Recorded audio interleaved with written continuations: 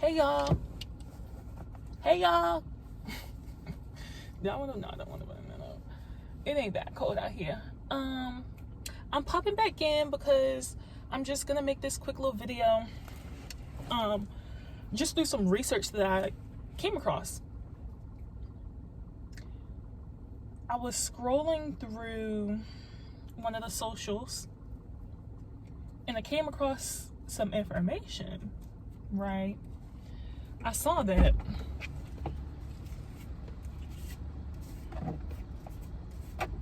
hold on y'all.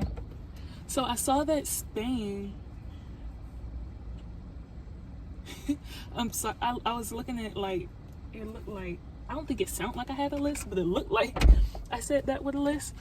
But I saw this article that Spain, oh, that's a smart idea. This article said Spain passed some kind of bill, law, I'm not quite sure what they call it over there, that women can receive 3 days of menstrual leave a month. And I think that's awesome. I don't think that it required, hold on, let me look in this. I'm gonna look for y'all in a second. Well, not on my telephone. Not on my telephone. But I am gonna look because I did take a few notes. So let's get into this conversation. All right, y'all. So yes, Spain recently passed that bill or law, and I think that it's great because for the people, not all women deal with pain while menstruating, but for us women that do, there's like that should have been in place because let me take y'all back, man. Who said that? J. Cole. No, but back to when we used to hunt and gather, right? Women, native cultures,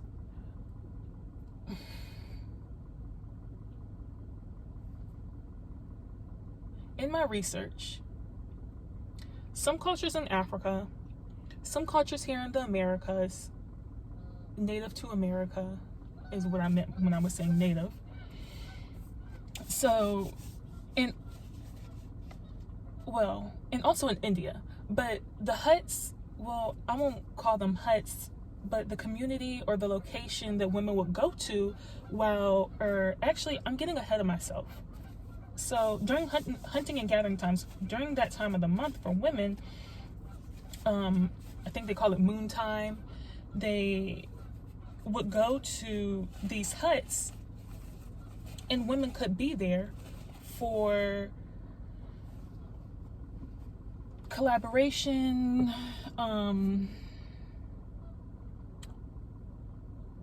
it was a more spiritual experience.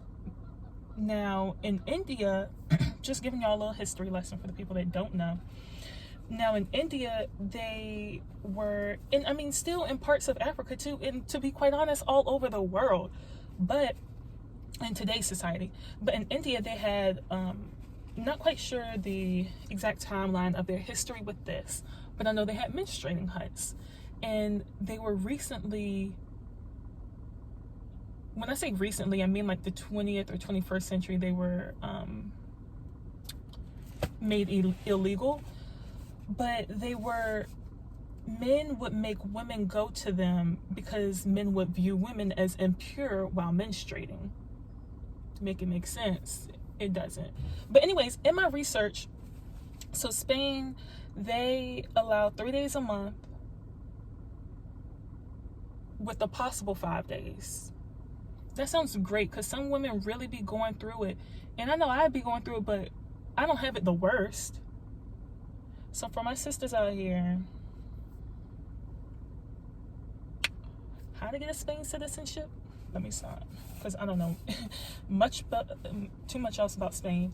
But in Japan, it has been, I guess I'm kind of just here talking about the stigma of menstruating and how they need to bring this to the US. I've been saying for years, like once I found out that they used to have these communities that women could go to during that time of the month, I'm like, well, why don't we have them here? Like, I know why we don't, because we live in a patriarchal I be effing that word up, y'all. A patrilineal society, as opposed to a matrilineal society. I had to think about it first. So ever since I found out about that, I'm like, we need that here, because honestly, if you want someone to work to their best ability during that time, women reflect. Like, it's a very internal intro. I'm gonna use internal because I don't think the word that I'm about to say is the right word. It's a very internal time, very reflective. And so if you really want me to be on my A game, give me them 2 days off. Give me them 2-3 days off. 2 days, I'm good. I may not even need the 2, but 2 days, I'm good. And if, you know, some may need 1, 2, 3, 4, 5. It's different for each person. And the stigma, okay, so yeah, back to what I was saying. The stigma around it causes women, okay, so in Japan, they've had menstrual pain leave available, but it's such a strong stigma that a lot of women don't take it. Like, just thinking about if they know that they need a day or 2 off a month and their manager starts to see it, or whoever, their superior, like, it can create some kind of rift, you know? And so yes, China they have menstrual leave in some provinces. Many don't use it. Same situation with the social stigma in Japan. South Korea, they get 1 unpaid day each month. And if it's not used, they get additional pay. And then Indonesia, they get 2 days per month. Not quite sure how it pans out if they do or don't use it, like if it's paid or not. And I'm not quite sure. I think the social stigma goes for everywhere that there is menstrual pain leave. And then Taiwan, they get 3 days per year. Now, if they go over these 3 days per year, then 4, 5, 6, 7, so on and so on, would come from the sick leave. And then in Zambia, they call it Mother's Day. I think that's so beautiful, Mother's Day. And they get a day off if need be, right? And so in Native cultures, prior to America becoming America, Native cultures here had, I'm not sure if each culture called it this, but this is the term that I came across, moon lodges. And I think is it 9 o'clock? Oh my gosh, it's almost 10. I have quite a bit more energy today than I expected, because I did not sleep much yesterday and I was tired last night at work. But yeah, and then like I said, Spain, they get their 3 days a month, and I'm pretty sure I read that they are paid.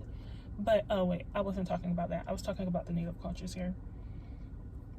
So yeah, that's they would call them moon lodges, and women could go there, and I believe they could take their children at times and, you know, have that time to themselves, to bond and reflect and all of that. And if you ask me, bring them back, because for my women that know, y'all know that, I mean, everybody is different, but for me, that time of the month is just very reflective, and It's very reflective. I think I'm going to try to figure out which way I wanted to do it. I want to, okay, here's what I'm going to do.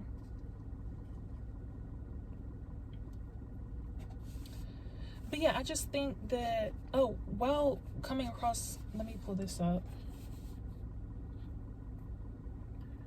Let me see, what did I write here? I came across an article. Hey, okay, so I'm popping in while I was editing because I realized I sounded quite a bit confusing while I was recording this video in the moment.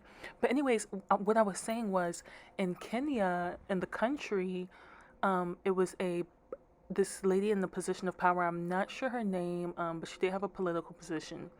She arrived at work and her pants were red. She had begun menstruating, and her colleagues and I believe her superior possibly, they felt disrespected because she did show up that way. And it just goes to show the shame that is still around in that country. And but specifically in that particular part of the country, it's not it was but it is more advanced, and they do have access to more products as opposed to in another part of the country that I was looking at that does not have access to those products. And so she took the time to educate the community, like, hey, like, don't be ashamed of what your body does. Like, this is you. This is, this happens. Don't feel ashamed and don't feel like you're being disrespectful for some of the mistakes that do happen. So I thought that was, I thought that was nice of her to turn it around to be a teachable moment for young women. So, yeah. That's all I was saying. I just hope to see these menstrual pain leave days.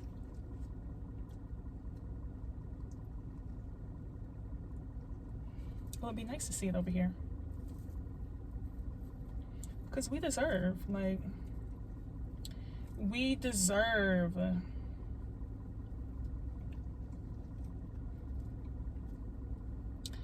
but that's pretty much it for this video. That's all I wanted to talk about, because I thought that was just amazing that Spain did that. Now, I know that bill did pass. It had some other stuff in it. I'm not here to talk about the other stuff. Some of the stuff I did read and some of the stuff I didn't. So I don't know all of what was in there. I don't know if it was separate with the other stuff or like how exactly it worked. Oh, shoot. It's always a damn stem.